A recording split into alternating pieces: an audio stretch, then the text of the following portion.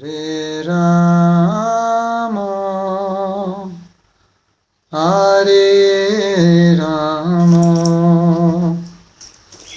Rama Rama, Hare Hare, Hare Krishna, Hare Krishna, Krishna Krishna, Hare Hare,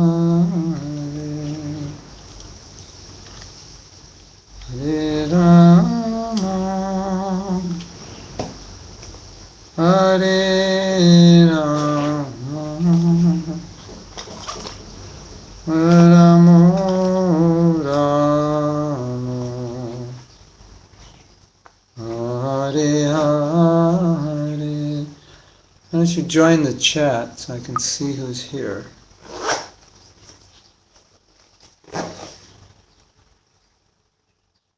Hare Rama, Hare Rama, Rama Rama, Hare Hare.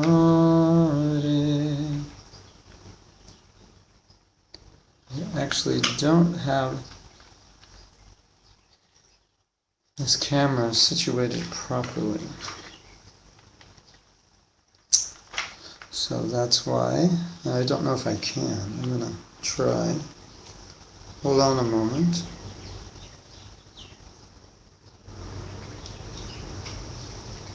Hare Krishna, Hare Krishna, Krishna Krishna, Hare Hare,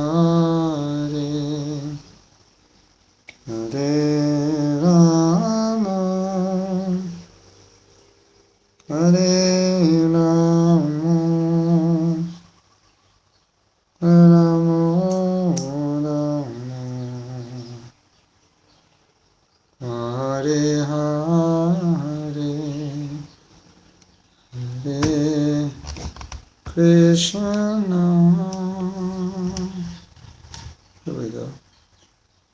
Hare Krishna. Now, Krishna Krishna, Hare Hare, Hare Rama, Hare Rama, Rama Rama, Hare Hare.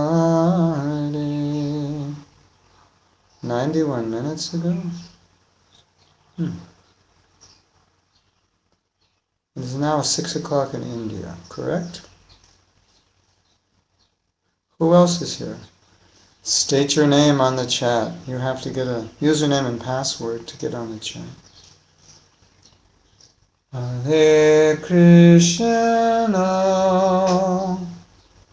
Hare Krishna, Krishna Krishna, Hare Hare, Hare Rama,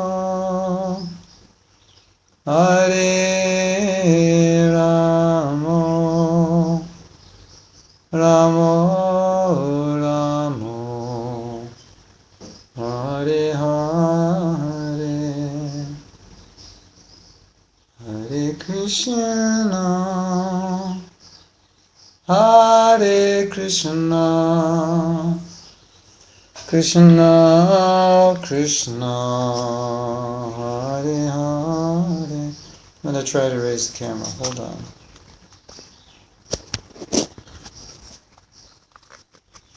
Don't go anywhere. I don't know if this is going to work.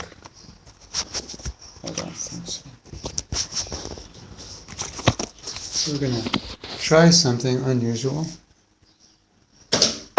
Don't leave. Don't go anywhere. No, it's not working. Hare Krishna, Hare Krishna, Krishna Krishna,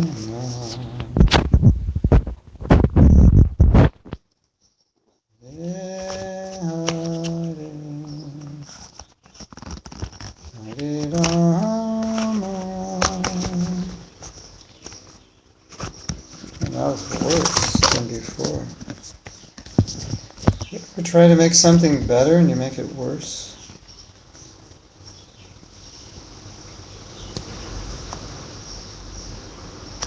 Hare Krishna. I was trying to broadcast this on my computer and I couldn't even access it. So, I'm going to talk tonight I want to talk about a topic which is near and dear to me.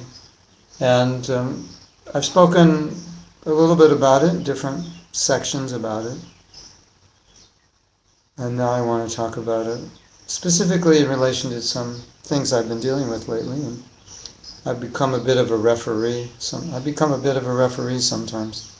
between devotees who are having some kind of complaints about one another, or just complaints in general about dealing with people. And so I wanted to address that because one of the thoughts that came to my mind, and this may not be accurate in every situation, and it could seem like somewhat insensitive, is that that oftentimes we get a little too focused on how we feel, or specifically how other people make us feel, and specifically how other people make us feel unhappy or disturbed or angry or upset.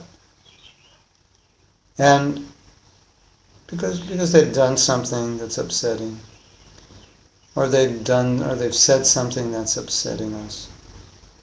And I don't want to deny that what they said was upsetting or what they did was upsetting. But there's another thought on my mind, and that's the mission of spreading Krishna consciousness is really where our mind should be focused. And if we get too focused on what I like and I don't like, and what makes me happy and what makes me unhappy, that's the wrong consciousness. It's not, or what makes me unhappy about what other people are doing and what they should be doing and why they did it and why they didn't do it and why people aren't nice to me. And it doesn't sound appropriate to members of an organization that are trying to save the world. It sounds very out of place if you think about it. And this morning I was reading a book by Satsrup Maharaj where it was actually a diary from the early 70s. And he spent some time with Prabhupada as his secretary, so it's detailing a lot of his interaction with Prabhupada. And the kind of refereeing that I was doing, in one sense, is very foreign to the atmosphere that Prabhupada was creating, which was the atmosphere more of self-sacrifice, going out and giving Krishna consciousness to other people with all your energy, all your time and effort and so on. So then that thought came to me, is that, okay, this is really the mood of Srila Prabhupada, which is more or less to overlook other people's faults and be focused on how we can give Krishna consciousness to others. But then I thought, something very telling that Prabhupada has explained to us many times. He said that in his spiritual master's movement, they built a temple in Calcutta. They were living in a rented place. Then they were living in a rented place, and then they were able to build a temple. And he said then the brahmacharis were fighting with one another over what he thought was very insignificant, and it was who's going to stay in which room. Now, you have and you imagine ISIS, they're out conquering the world, taking over cities, and one day they're unable to take over a city because the night before they were arguing over who is going to stay in which barracks and who's going to eat what and who's going to get this and that. That would just seem really weird, really strange, really out of place, wouldn't it? So, to me, the word I have oftentimes when I'm dealing with devotees and dealing with conflicts, the best word that comes to my mind, and also it comes to the mind of other devotees who I've spoken to this about, is pettiness. Pettiness means to focus on things that are not really that important. And although they may not be important, they can tend to be detrimental to us individually and detrimental to our preaching.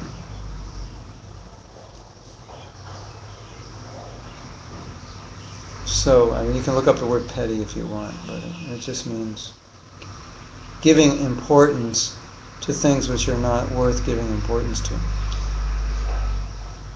And so, Srila Bhaktisiddhanta Saraswati Thakur certainly felt that his disciples arguing over which rooms they would get was petty, in light of the fact that it was a movement meant to save the world. That's not something you argue about if you're out to change human civilization from godlessness to God consciousness, right? So Prabhupada has, the other thing that the other point I wanted to make, which kind of brings this all together, is that I think it's extremely important for all of us to study Prabhupada from the perspective of his, for lack of a better word, I'd say his mood, or what he really wanted, what was, how to better understand Prabhupada. That's what I wanted to say. We should all try to better understand Prabhupada. That should be one of our life's missions, is to better understand Prabhupada. Just by reading his books, of course, and reading books about him and seeing his mood, seeing what he gave priority to, seeing what he emphasized, what he didn't emphasize, seeing how he handled various situations, seeing themes, like what was the theme that always came up in his preaching, things of that nature. And then you begin to understand Prabhupada's mission, his big vision, which I'm not saying we'll all be able to understand it perfectly or completely, but I think the more we understand it, then the more we will give ourselves to the mission, and I think the less petty we'll be, because it will become more clear to us that's not what Prabhupada wanted, plus it becomes an obstacle for achieving what he wanted. So the other thing that has also come to me in this discussion, or in thoughts of this, is that it was very upsetting to Prabhupada when his disciples didn't get along. And he said it directly in various ways, that you can say it, one way to say it is, if you get along, I'm very happy, I'm very pleased. That's also saying, if you don't get along, I'm not. he said getting along, Krishna empowers you. And he also said that not getting along means that he has to deal with all the problems and headaches, and that it disturbs him, and it also gets in the way of his ability to focus and concentrate on his main service, which was translating his books. And then sometimes when there were arguments or situations in which we should have been able to resolve them, but we didn't. And Prabhupada would sometimes say, it's not my position as guru to deal with these things, but it's your position to work them out together maturely. So one way of looking at the word petty is to look at the antonym, and one antonym is maturity. So also, this word is used a lot, has been used a lot in ISKCON. Maturity. We are now more mature, or we need to be more mature. And by that word mature, it takes into, it has the connotation of balance, being grounded, being knowledgeable, not being reactive, being thoughtful, looking at things from many sides, and doing things which would be the best to do in any given situation. So, we are adults, and personally I find it quite disappointing. I find it quite disappointing when devotees who are mature adults sometimes don't act like it. Because we are Brahmins, and we have huge responsibilities, and we're meant to be the guides of so many people, right? As Brahmins, we're meant to guide others. So the guides have to be mature, the guides can't be petty. And I think I may have mentioned to you on the last class, maybe it was the class we gave for the Australian devotees on Monday. And Prabhupada said even sometimes very advanced devotees will have difficulty getting along. And so Prabhupada acknowledged that due to an individual's nature, even they advance in Krishna consciousness, still they may have something inside of them that makes it difficult for them to get along. And he never acquiesced to us by saying, well, because even advanced devotees don't get along well, therefore we will not expect that from you. But rather, he did expect it. And I would say you can expand that idea. He expected, in general, or the umbrella idea over all of this, was that we would do what was necessary to spread Krishna consciousness. And part of what was necessary, and still is necessary, is being somewhat detached from too much personal concern about what's in it for me, or how will this make me feel, and so forth. And that's a very important element of Krishna consciousness. Now, it doesn't mean you deprive yourself of basic necessities. But at the same time, it means to not become overly self-absorbed in thinking about everything is about me. How do I feel? Does this make me happy? Devotional service isn't like that. Especially when you're spreading Krishna consciousness.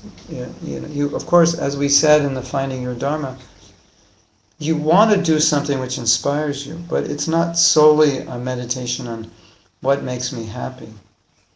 It's more of a meditation on what is the best way I can serve. And so we really want to get away from the consciousness of, will this make me happy? If I do this, will it make me happy? Because it's a trap. And the trap is, if you do it and it doesn't make you happy, then what do you do? And how do you deal with that? You may start to complain, well, this didn't make me happy. Or maybe this devotee didn't make me happy and I was expecting he would. And then everything becomes about me and my happiness. And that is a very conditioned way of seeing the world and a very conditioned way of responding. Right? You agree? So that's something very important to meditate on and to understand. And in the preaching of Krishna consciousness, you see it's very, very clear in studying Prabhupada's life and how he was spreading Krishna consciousness that the standard for spreading Krishna consciousness is that we would give ourselves in service fully and wholly for the pleasure of Krishna, and that is where the power comes from. And that is how we were able to get over or not have in the first place all kinds of difficulties that we call petty, that they weren't important enough. What we would focus on, which was important, was how to spread Krishna consciousness, or those things that might be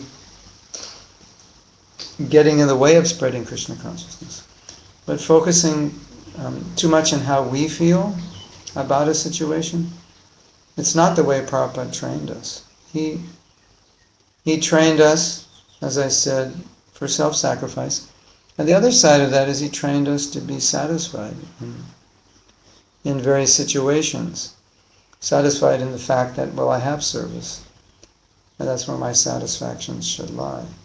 And the other interesting thing which I've spoken about, which I think warrants discussion again in this topic, is that sometimes devotees feel that they're not being treated well. And I'm sure that it's true, because sometimes that happens. But then we have to look at the situation and say, okay, so now what do I do? And if we're too, what I would call self-absorbed is, how do I feel? How did you make me feel? If we're too self-absorbed, then we start complaining about the people who don't treat us well, isn't it? And Prabhupada never entertained. He didn't deny that some devotees, some leaders, some friends of ours may not treat us well, may actually treat us harshly or wrongly. He didn't deny that. But he never encouraged dialogue or retaliation or justification. But he would always instruct how to deal with it once it happens. Not, you could say, well, he should have been sympathetic. I'm sorry this has happened to you. We'll do something to prevent this from happening. Certainly, when the occasion warranted itself, he would do that. But he was more concerned with instructing the disciple how they should deal with it. Right? Not whether it's right or wrong. That's more of a excuse me. That's more of a managerial decision. You know what I mean? This person was wrong. This other person was mistreated. We have to train the person who did that. Maybe we have to correct them or discipline them, depending on the situation. Get rid of them from that post. Forgive them, whatever. Those are more practical considerations about how to deal with that. And that comes in the form of management. And so most of Prabhupada's instructions or dealings were in the form of how, in a generic way, to deal with relationships and how to be Krishna conscious in situations like this. And so therefore, the kind of instructions that Prabhupada would give in these situations were instructions for the devotees to learn how to deal with it personally, in a way that wouldn't degrade their consciousness, in a way that wouldn't cause them to be upset. Even though the situation, you could say, is upsetting. But he didn't want them to get upset. He wanted them to be able to deal with it maturely in a Krishna conscious way and respond properly. And I was just reading something today, something Prabhupada said that I've often said also, which was there was a situation Prabhupada was dealing with, and then he acknowledged that it was nothing that anybody could do about it. It's just the way it worked out. You know, some people are the way they are, and they do what they do. And there's consequences that we experience. Sometimes it's good and sometimes it's bad. And so, as we all know, and Prabhupada made the point, there are certain things we have no control of. So then Prabhupada advised, as I'm advising, well, you have to deal with it. As it is, that's all you can do. And any kind of blame or fault-finding or whatever, it's not going to help improve the situation.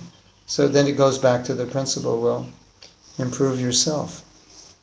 That's always the option. And improve yourself was always Prabhupada's instruction. Set an example. Change your consciousness, change your attitude. And as you know, many, many, many times I've explained that if you don't do that, that even though the person's wrong, they're bringing you down to their level. Just on before I left, I think it was Wednesday, I was speaking to some devotees, and one devotee is going through a very difficult situation. And my message to this devotee was, the person you're dealing with is acting in an unscrupulous way.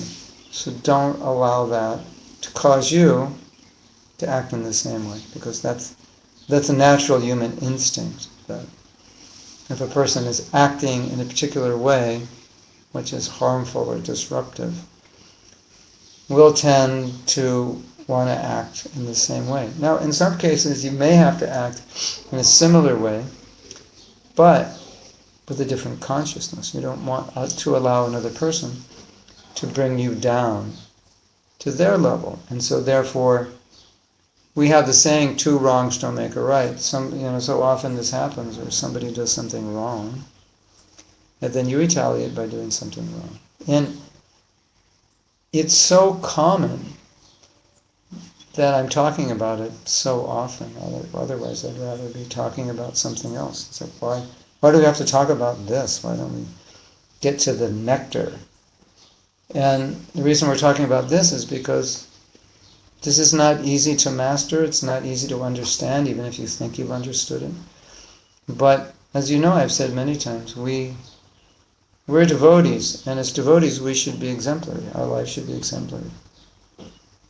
We should be emotionally controlled, sensually controlled, mentally controlled, intellectually controlled, and we should respond to situations from a spiritual perspective, not from an emotional perspective.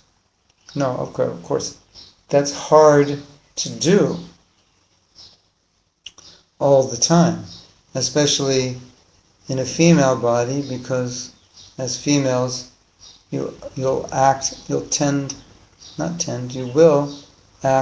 emotionally more than men, because that's your constitution. Now, it doesn't always have to be that way, but it tends to be that way, and therefore these instructions are very important for you. Now, one of the things that Prabhupada said, which I think is so important, and we see from the lives of his disciples, is that when there's a very deep love, real devotion, real dedication, real service attitude to the spiritual master, one can make all kinds of sacrifices, which in the context of what we're discussing include compromises, include the ability to just basically keep your mouth shut when you feel like saying something that you will later regret, or something that would be very harsh or unkind or unnecessary, you just don't say it. And you might say, well, but this is the way I am, or I have this nature, and it's really difficult. Okay, that may be true. But we saw that the love of my God brothers and God sisters for Srila Prabhupada enabled them to make huge sacrifices, and some of those sacrifices were they had to act in ways in order to work well with others that were not really their nature. They had to compromise where normally they wouldn't be able to compromise. They had to take a back seat where normally they would have killed themselves not to be leading something. We all had to make these sacrifices. And the impetus was our love and affection for Prabhupada, because he wanted us to do those things. Now, of course, we weren't perfect, and we made mistakes, but when Prabhupada corrected us, we would correct ourselves out of love for him. And another aspect of this is important, which is that sometimes disciples will tell their guru, well, I love you very much. And I'm sure they do. But love is a word which is used very loosely. And so when we use the word love in relationship to a disciple, then it means doing what the spiritual master wants. So often someone might say, I love my spiritual master, I have deep love, but they're not doing so well at following his instructions. So then you just have to say that love it's missing something, it's not perfect. And I know devotees that have deep love for their guru, but they don't follow so well. So it's not perfect. And I know devotees who think they have deep love for their guru, but they're not able to connect that love to a sufficient degree of surrender. And so that has to be corrected, or has to be understood. Because when, I would always think, when I was a brahmachari, and that people would, look at us and say, and this was during the time when there was a lot of publicity about cults, and the whole idea of cults was that you have a leader, and you are just giving everything to the leader. You have nothing. You're just sleeping on the floor, eating on the floor, and your leader is living in a nice penthouse apartment, driving a nice car, eating on gold plates, and so forth. That was the image. But you take your average mother or father. They make so many sacrifices for their kids. It's just amazing. So I would often think, when I was making these huge sacrifices for serving Prabhupada, and I would think, well, this is just what happens when you love somebody, and I'd rather love him than someone else. And whoever I love, I'm going to make huge sacrifices for, right? So I'd rather make those sacrifices for Prabhupada. And so that's what it means to be a disciple, that just as you make sacrifices in your daily life and sacrifices for people you love, you make those same sacrifices for Prabhupada.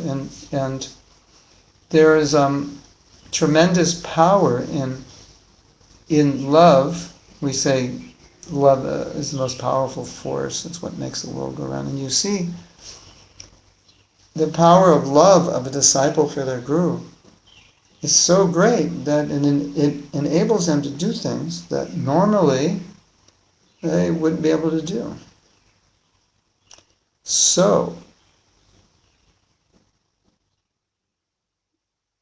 we don't just want to say, I love my guru, I love Prabhupada.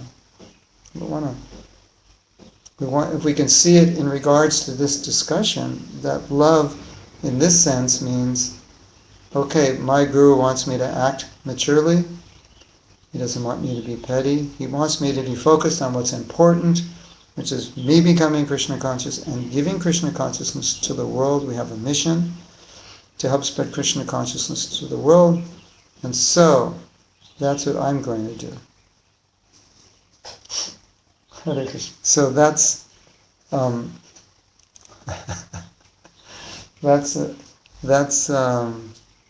this is Mukta Purush. You want to say hello?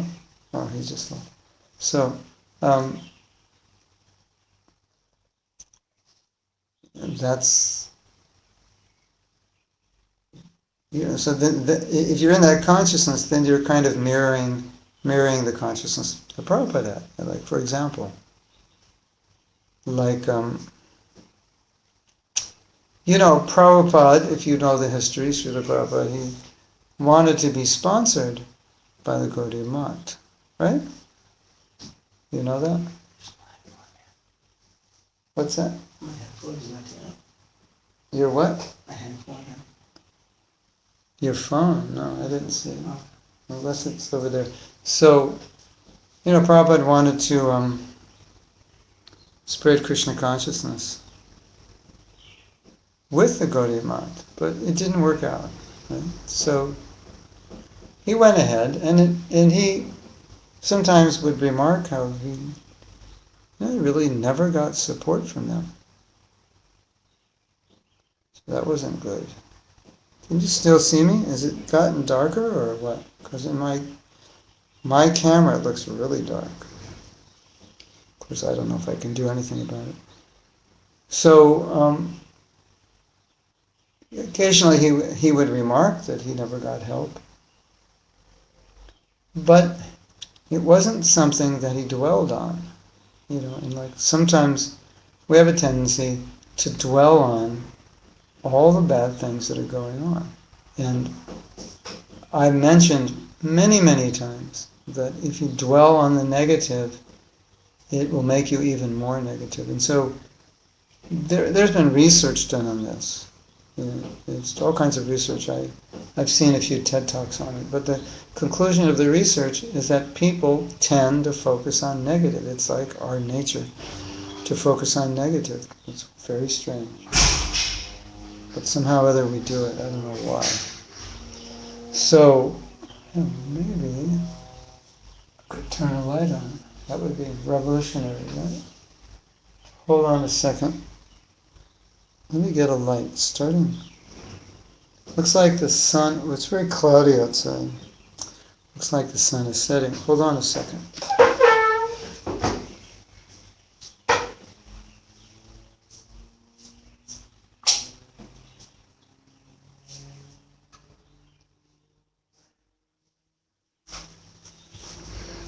Amazing. We turned the light on. I don't know if that did anything, but at least the light is on.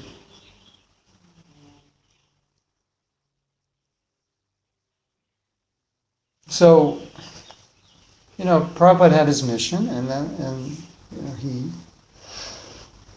he sometimes instructed us, or he referred to the fact that Gaudiya Math wasn't getting along as an instruction to us to try to avoid doing what they did, and to understand the importance of working together. But we're devotees. We have a very important mission. It's very serious. And if we focus on things that take us away, are really not that important, even though maybe, sometimes we focus on things which we think are very important, but they actually just take away our enthusiasm, or take away the enthusiasm of others. It's not, what I would say is it's a very different mood from the mood of self-sacrifice. Of course, our movement now is a little bit different in many places than it was when Prabhupada was here. But I just wanted to bring this up as understanding that this was Prabhupada's mood, very much. self-sacrifice, dedication,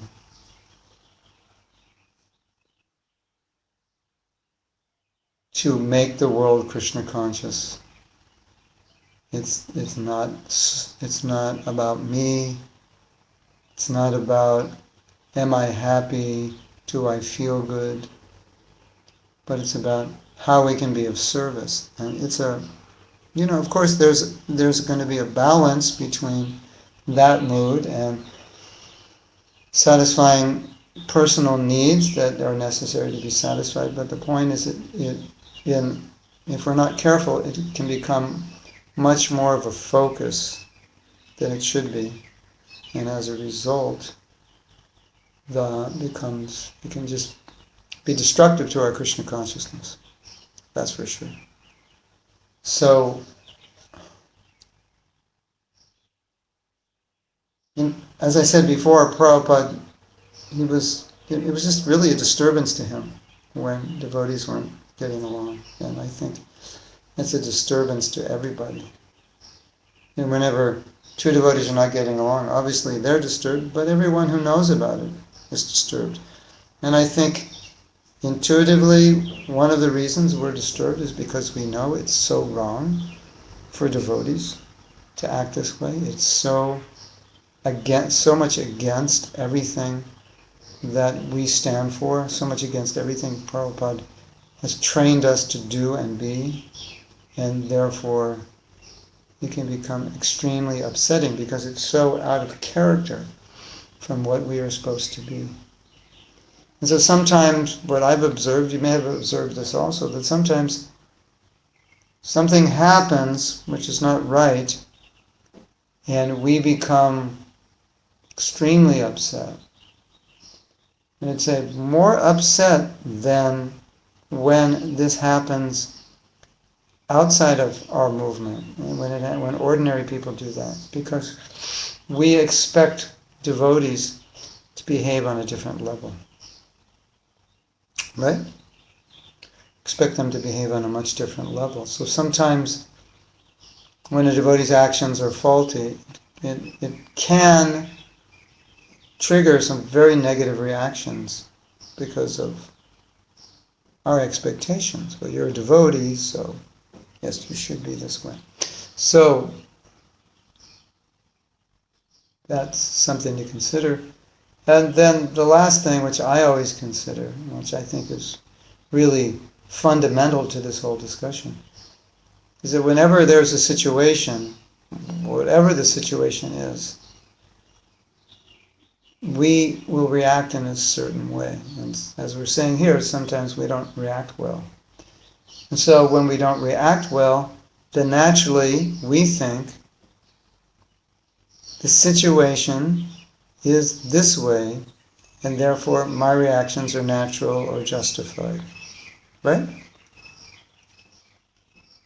So in one sense you can say that, but by saying that it just harms yourself. Oh, yes, a loved one dies, it's natural that you lament. It's natural that you're upset. It's natural that you're sorry, for sure. But if that feeling turns into a deep depression and so on, then we would say, but that's not natural for one who has knowledge. That's not natural for a Krishna conscious person. And we would talk to that person and say, well, look at how you're reacting to this. This is really bad. Right? Isn't it? And so similarly, whenever we're dealing with any kind of difficult situation, it's really, really important when we're dealing with it, especially when we're becoming negative. It's really important to just stop and ask myself, how am I reacting to this? Or just look at it and say, look at this reaction. And think about it.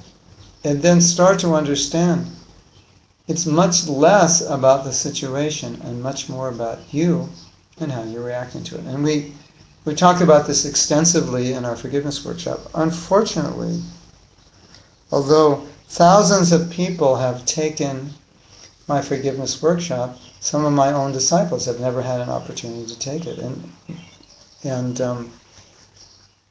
but or any of you who haven't taken it, you can go online and listen to the lectures and the live audio from the workshop. And this is one very important aspect of the workshop. We make the point that how we react to situations is often very individual. And not everybody reacts to the same thing in the same way, right? So, and our tendency is when we react to a situation, our tendency is to think that the situation is the cause of our reaction, rather than to think, I am the cause of the reaction. And that's a huge mistake, because I am the cause of the reaction. The situation in and of itself, it may stimulate my reaction, but in a different level of consciousness, it would stimulate a different reaction. Right? It's like we give the example that, let's say someone harms you, so it can stimulate the reaction of aggression on your part, or just anger, or upset, or frustration, or letdown, so many things. Or it could stimulate a feeling that this person who upset you is very troubled, and they need some sympathy or support. It could trigger that also, right? So, on a certain level of Krishna consciousness, it's going to trigger lower, more aggressive, reactionary emotions. And on a higher level of Krishna consciousness, it's going to trigger more sympathetic emotions. So, although you might say it's the person is really you. It's not as much that person that's causing you to feel or think a certain way, but it's you, and it's how you're reacting to that. And so that's very, very important. And if we all thought like that, then I think a lot of conflicts would automatically be resolved, because we would understand, okay, so-and-so didn't respond in the way I expected them to respond, but I have to accept that, and I have to respond in a way that will not disturb me or disturb them, and will allow me to continue my Krishna conscious practice. So many times we're upset about something somebody did or said, or a situation. So, and every time you're upset about something, it's always good to reflect, it's me who is upset. Don't assume the situation is upsetting, but rather make the assumption that it's me who is reacting. It's me who's upset. It's very, very important. Because if we do that, then that's what I would call maturity. And if we do that, it enables us to stay focused on our mission, which is to give other people Krishna consciousness. And to give other people Krishna consciousness, we can't be so self-absorbed about how I feel or how this person treated me. We have to be able to just kind of deal with these things in a mature way, in a way which enables us to move forward. Like sometimes, for example, sometimes there's tension amongst devotees. So one devotee may decide, well, because there's tension, it's probably better I work in a different department or work under a different leader. So rather than have a fight with this devotee, or rather than complain, they'll make an arrangement like that. It's okay. So that's a mature way of dealing with it. That's an alternative. Okay, this isn't working out, so I'm not going to sit around and complain. I'm just going to go forward in my own way as best I can, finding the situation where I can not be disturbed by this. So you might say, well, you were just saying don't be disturbed. Yeah, I was. But sometimes this is what you have to do to not be disturbed. You just might have to say, okay, back off. Okay, I'm not going to work with that person. And then the other thing is, when you're not working with that person, then you're not going to go to a new department and then complain about that person. Why are you here? Well, it's because of him. And he's this, and he's that, and he's this, and he's that. So then that's basically the same difference, right? So, you may remember that I told the story. Prabhupada had asked his disciples in his last days, and especially the GBC, to come to be with him. He wanted them to be there. And Tamal Krishnamurti said, I'm sure they will come, Srila Prabhupada, because they all love you. And then Prabhupada responded, your love for me will be shown by how you cooperate to keep this movement together after I'm gone. So Prabhupada gave a definition of love. And I think that's very important, that we define devotion and affection not in abstract terms or sentimental terms, but in terms which are aligned with Prabhupada's desires and Prabhupada's definitions. What does it mean to love? What does it mean to be surrendered? What does it mean to do service? What is the consciousness? What is the mood in which Prabhupada trained us to do these things? This is all very important. I've said before that sometimes, there's a saying, sometimes the medicine is worse than the disease, the solution is worse than the problem. But a lot of times when we point out a fault and we discuss it, we try to bring it up, sometimes it just disturbs everyone. It creates more problems than the fault does. So that's something we always want to consider, that even though something may be wrong, if I meditate on it, if I bring it up, if I discuss it, it may just make things worse than they already are. And so our meditation is to be inspired, to be enlivened, to be focused, spreading Krishna consciousness, to help one another. Not to be focused on what's wrong with everyone and everything. Sometimes I think one of our problems is we'll overthink something. We'll try to understand something that we're not. There's nothing to understand. Why does this have to happen? It just happened. You don't have to overthink it anymore. It's just happened. You know what I'm saying? Because it can also be a symptom of selfishness, that, well, I need to understand this. No, there's nothing to understand. It's just, this is what happened. This is how things are. This is how people are. And I have to learn how to go with it and accept it. And maybe I can be better, and things will be better if I'm better.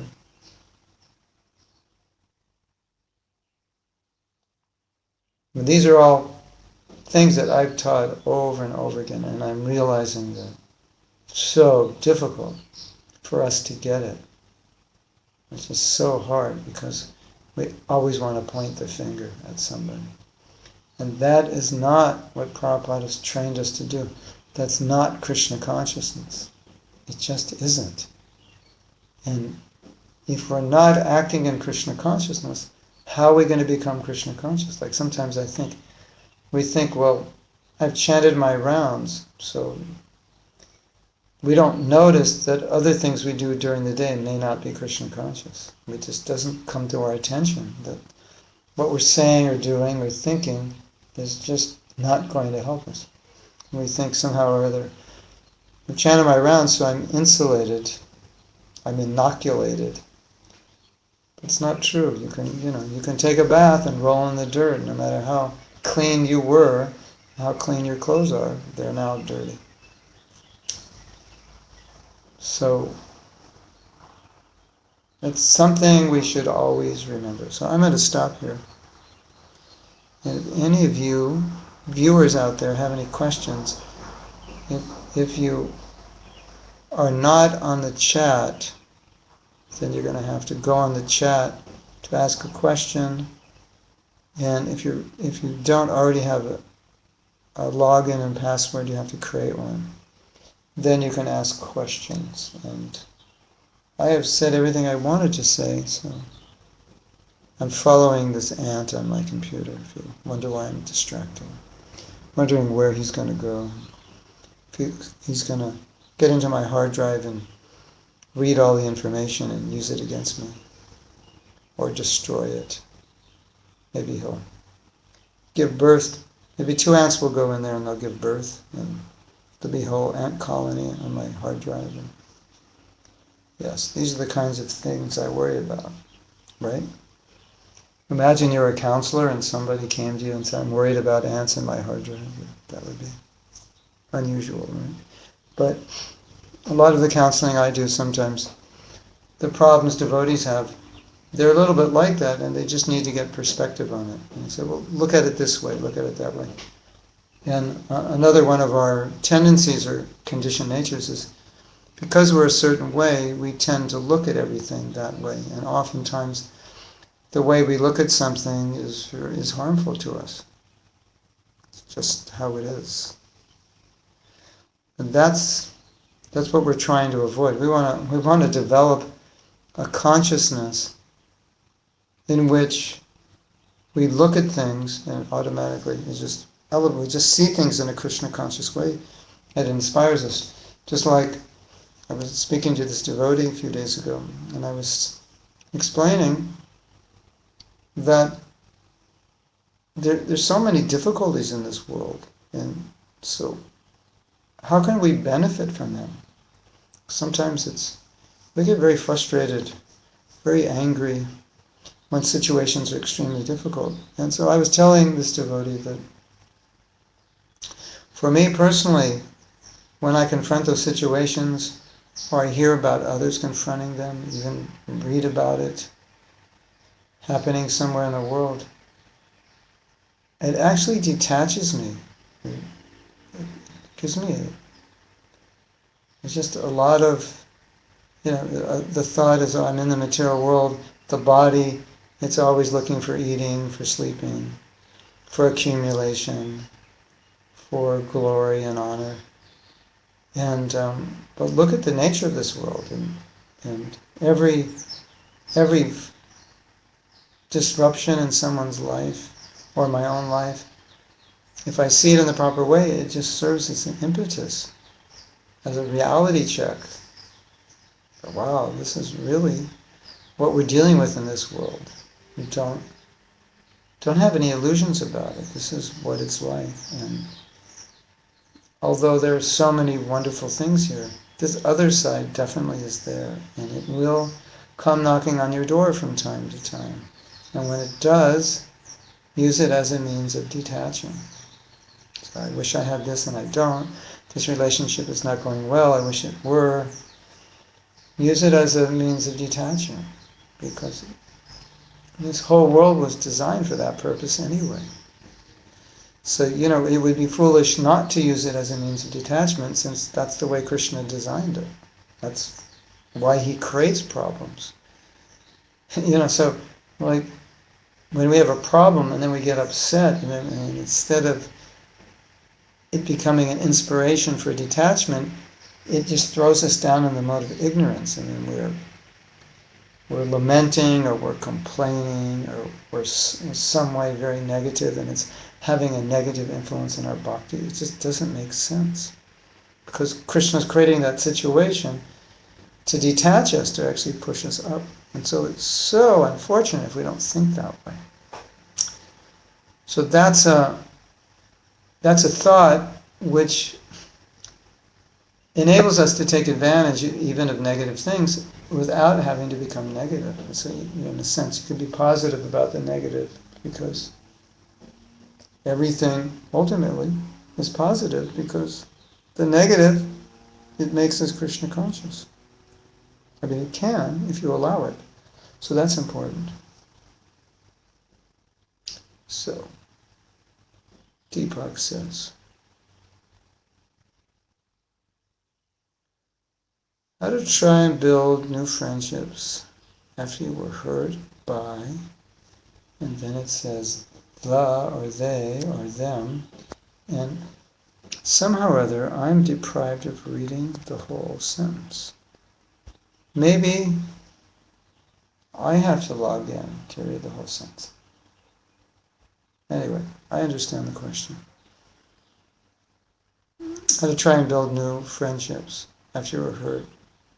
Do you mean friendships with other people or friendships with the person who hurt you? So the answer will have some things in common for both questions, but some things which are specific to each question. So why don't you let me know? After you're talking about, person may not want a relationship. So, it's like, why would you want a relationship with somebody who doesn't want one with you? Of course, sometimes you fall in love, and that's understandable.